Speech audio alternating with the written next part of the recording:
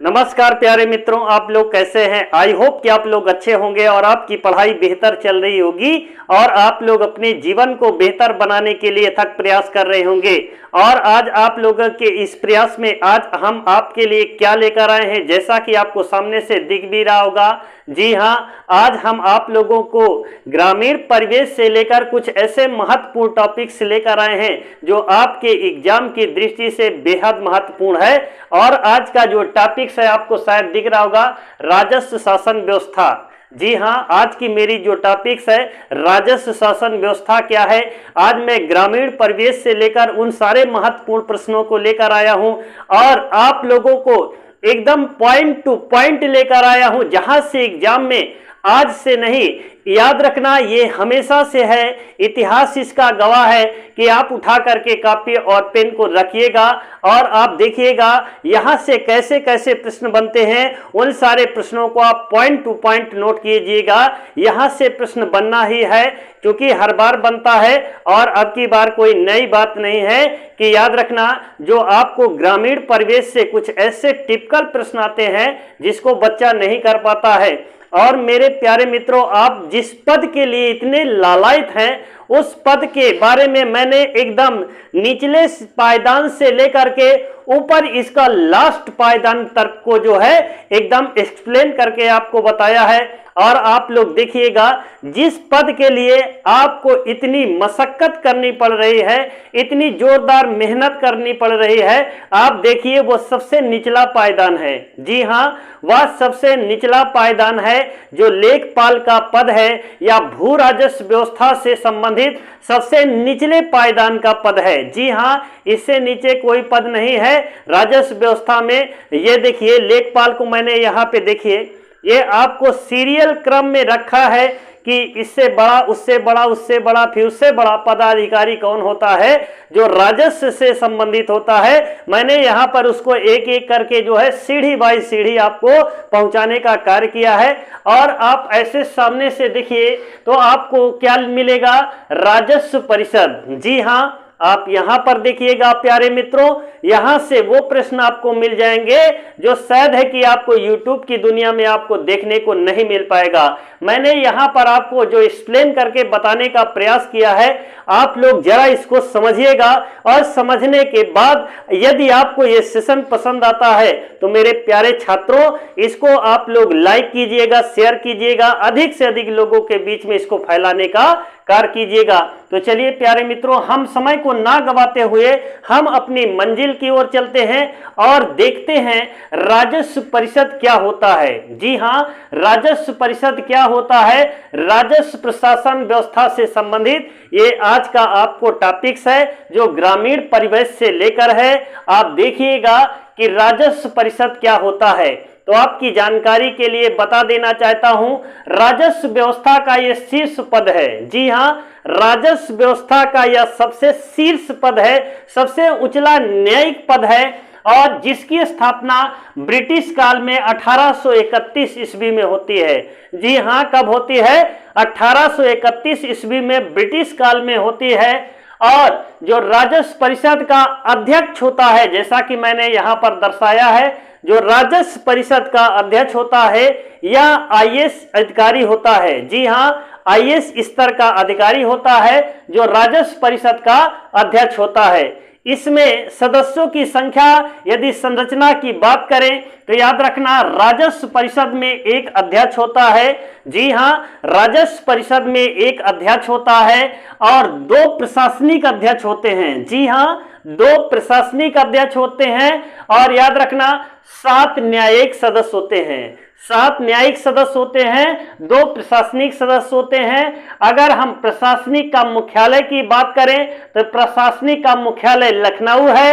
अगर न्यायिक का बात करें तो न्यायिक का जो मुख्यालय है वो कहाँ है, इलाहाबाद प्रयागराज में। मेरे प्यारे मित्रों, इस सेशन को आप समझने का पूरा प्रयास करें। ये ग्रामीण परिवेश चल रहा है और ग्रामीण परिवेश में से कौन सा है, राजस्व शासन व्यवस्था चैप्टर से आज आप लोगों को ये महत्वपूर्ण जो जानकारी उपलब्ध कराई जा रही है द ग्रेट एजुकेशन के माध्यम से, आप इसको देखिएगा। अब इसमें हम पॉइंट टू पॉइंट देखेंगे, इन सब से मिला करके क्या बना है, राजस्व परिषद बना है, जिसमें प्रशासनिक भी मिला है, न्यायिक भी मिला है, और इनके जो अध्यक्ष है वो अध्यक्ष एक होता है और प्रशासनिक 2 होते हैं, और न्यायिक कितने सदस्य होते हैं, 7। इसका मतलब है 7 2 9 1 10। जी हाँ, 10 सदस्य राजस्व परिषद में होते हैं, जिसकी स्थापना 1831 ईस्वी में किया गया है। अब देखिए, दोनों का कार्य अलग अलग है। जी हाँ, दोनों का कार्य अलग अलग है, प्रशासनिक का कार्य अलग है और न्यायिक का कार्य अलग है। अब प्रशासनिक कार्य को ये देखेंगे कि आखिर प्रशासनिक का कार्य क्या होता है। जी हाँ, प्रशासनिक का जो कार्य होता है वह भूमि अभिलेखों का रख रखाव करना। जी हाँ, प्रशासनिक का कार्य क्या होता है, भूमि अभिलेखों का रख रखाव करने का कार्य किसका होता है, प्रशासनिक का होता है। प्रशासनिक राजस्व परिषद का होता है, वो भूमि अभिलेखों की रख रखाव करता है, राजस्व की वसूली करना होता है इसका काम, और भूमि अर्जन पर कार्य करना। भूमि अर्जन का मतलब क्या हुआ मेरे प्यारे मित्रों, जैसे कोई सरकारी अस्पताल, सरकारी या और भी कोई भी जो काम हो रहा है, अगर उसके लिए भूमि नहीं है तो इसका काम प्रशासनिक का ये होगा कि वह अस्पताल के लिए सरकारी भूमि खोज करके जो है प्रशासनिक पदाधिकारी को बताए, जिससे वहां पर हॉस्पिटल को खोला जा सके। अब इसके आगे चलते हैं, देखिए क्या है, माल गुजारी कार्य करना। जी हाँ, माल गुजारी से संबंधित जो कार्य होते हैं वो कार्य किसका होता है, प्रशासनिक के अंतर्गत ही आता है। माल गुजारी यानी भू राजस्व वसूल करके माल गुजारी के रूप में इसको देना प्रशासनिक के कार्य के अंतर्गत ही आता है।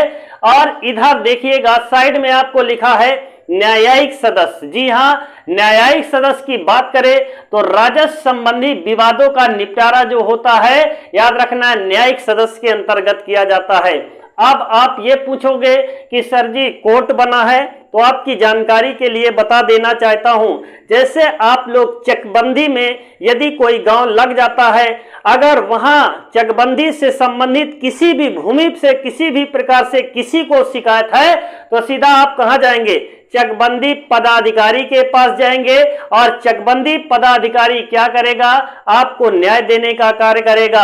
अगर आपको वहां से नहीं संतुष्टि है तब आप सीधा ऊपर जा सकते हैं। जी हाँ, मेरी बातों को एक एक पॉइंट टू पॉइंट समझने का प्रयास करें। और प्यारे मित्रों, आप लोग 1000 जितना जल्दी हो सके आप लोग मुझे पहुंचा दीजिए, ताकि आप लोगों को यदि कोई यहां से मेरे बताने में दिक्कत हो रही है तो आप तुरंत मुझसे जो है कमेंट करिए और तत्काल पूछिए, तो मैं आपको इसमें बताने में सक्षम हो जाऊं। और प्यारे मित्रों, इधर तो आप इसको समझ लिए हैं, अब इधर साइड में आए, जिस पद के लिए आप इतने आतुर हैं, जिस पद के लिए आप अपने सीने में आग लगाकर बैठे हैं, जिस पद के लिए आप अपने माँ बाप के सपने को साकार करना चाहते हैं, उस पद पे जरा अपनी निगाह को डालिए। याद रखना, ये राजस्व व्यवस्था से संबंधित सबसे निचला पद होता है। जी हाँ, सबसे निचला पायदान पर जो पद होता है वह लेखपाल का होता है। और लेखपाल से ऊपर की बात करें तो राजस्व निरीक्षक का पद होता है, जिसको आप लोग क्या कहते हो, कानून गो का नाम सुना है, ऐसे मुंह से बोलते हैं कि कानून गो, उसको क्या कहा जाता है, राजस्व निरीक्षक कहा जाता है। और राजस्व निरीक्षक से ऊपर कौन सा पद होता है, नायब तहसीलदार। जी हाँ, नायब तहसीलदार का जो पद होता है वो राजस्व निरीक्षक से ऊपर होता है, और यह सबसे छोटा न्यायालय होता है। जी हाँ, सबसे छोटा जो राजस्व से संबंधित न्यायालय होता है वो नायब तहसीलदार के यहाँ ही सबसे पहले मुकदमा चलता है, जो छोटे छोटे कार्यों के लिए किया जाता है। और इससे ऊपर जब जाएंगे तो आप तहसीलदार, जी हाँ, नायब तहसीलदार से बड़ा कौन होता है, तहसीलदार होता है। और तहसीलदार के ऊपर आप जाते हैं तो यहाँ पर सब डिविजनल मजिस्ट्रेट, जिसको आप बोलते हैं एसडीएम। एसडीएम का फुल फॉर्म क्या होता है, सब डिविजनल मजिस्ट्रेट। हमारा जो जिला है प्यारे मित्रों वो सब डिवीजन में बटा हुआ है, तो सब डिवीजन का जो है याद रखना, सब वहां पर एक एक एक एक जो है एसडीएम होते हैं, जो डीएम के अंतर्गत में कार्य करते हैं, जिला अधिकारी महोदय के अंतर्गत कार्य करते हैं। कौन करता है, एसडीएम। तहसीलदार से ऊपर कौन होता है? उप जिला अधिकारी होता है। और उप जिला अधिकारी से ऊपर कौन होता है? अपर डिस्ट्रिक्ट मजिस्ट्रेट, जिसको बोलते हैं एडीएम। जी हां, या डीएम से छोटा होता है लेकिन उप जिला अधिकारी से बड़ा होता है, जिसको क्या बोलते हैं? एडीएम, अपर डिस्ट्रिक्ट मजिस्ट्रेट बोलते हैं। और अब अपर जिला अधिकारी से ऊपर, जी हां, अपर जिला अधिकारी से ऊपर कौन होता है? डीएम होता है, जिसको डिस्ट्रिक्ट मजिस्ट्रेट कहा जाता है। जी हां, अपर जिला अधिकारी से बड़ा कौन होता है? जिला अधिकारी होता है, जिसको शॉर्ट में बोलते हैं डिस्ट्रिक्ट मजिस्ट्रेट। और डिस्ट्रिक्ट मजिस्ट्रेट से बड़ा कौन होता है? अपर मंडला आयुक्त। जी हां, अपर मंडला आयुक्त डिस्ट्रिक्ट मजिस्ट्रेट से बड़ा होता है लेकिन मंडला आयुक्त से छोटा होता है। इसका मतलब यह है कि डीएम से बड़ा कौन होता है? अपर मंडला आयुक्त होते हैं। अपर मंडला आयुक्त से बड़ा कौन होता है? मंडला आयुक्त होते हैं। और याद रखना, मंडला आयुक्त से जो भी बड़ा, जो शीर्ष स्थान पर बैठा हुआ राजस्व से संबंधित पदाधिकारी होता है, वो कौन होता है? राज्य परिषद होता है, जो गृह मंत्रालय के अंतर्गत कार्य करता है। जी हां, जो राज्य के गृह मंत्रालय के अंतर्गत कार्य करता है, यह राजस्व से संबंधित सबसे बड़ा न्यायालय होता है। जी हां, यह राजस्व से संबंधित सबसे बड़ा न्यायालय होता है। जैसा कि मैंने राज्य परिषद को यहां पर एक्सप्लेन करके बता दिया है, यही राज्य परिषद है जो सबसे बड़ा न्यायालय के रूप में कार्य करता है। अगर इन सब जगह आप हार चुके हैं तो आप यहां जाएंगे, अगर यहां भी नहीं है तो आप दीवानी फिर ये सब आप दायर करके जो है हाई कोर्ट, सुप्रीम कोर्ट, ये सब जाने का कार्य करते हैं। और मेरे प्यारे मित्रों, आज का जो ये सेशन है, यदि आपको पसंद आएगा तो लोगों के बीच में शेयर करने से कोई गुरेज नहीं कीजिएगा, लाइक कीजिएगा, कमेंट कीजिएगा। आपको हम कल इसके आगे क्या बताएंगे, जो राजस्व सचिव होता है, जिसके अंतर्गत कई विभाग कार्य करते हैं, हम कल आपको राजस्व सचिव के बारे में बताएंगे, ताकि राजस्व सचिव से उठने वाले जो प्रश्न हैं, उन सारे प्रश्नों की खोपड़ी में आप आग लगा दो। तो प्यारे मित्रों, आज की क्लास को समाप्त करने का इजाजत दीजिए। तब तक चलते हैं। जय हिंद, जय भारत।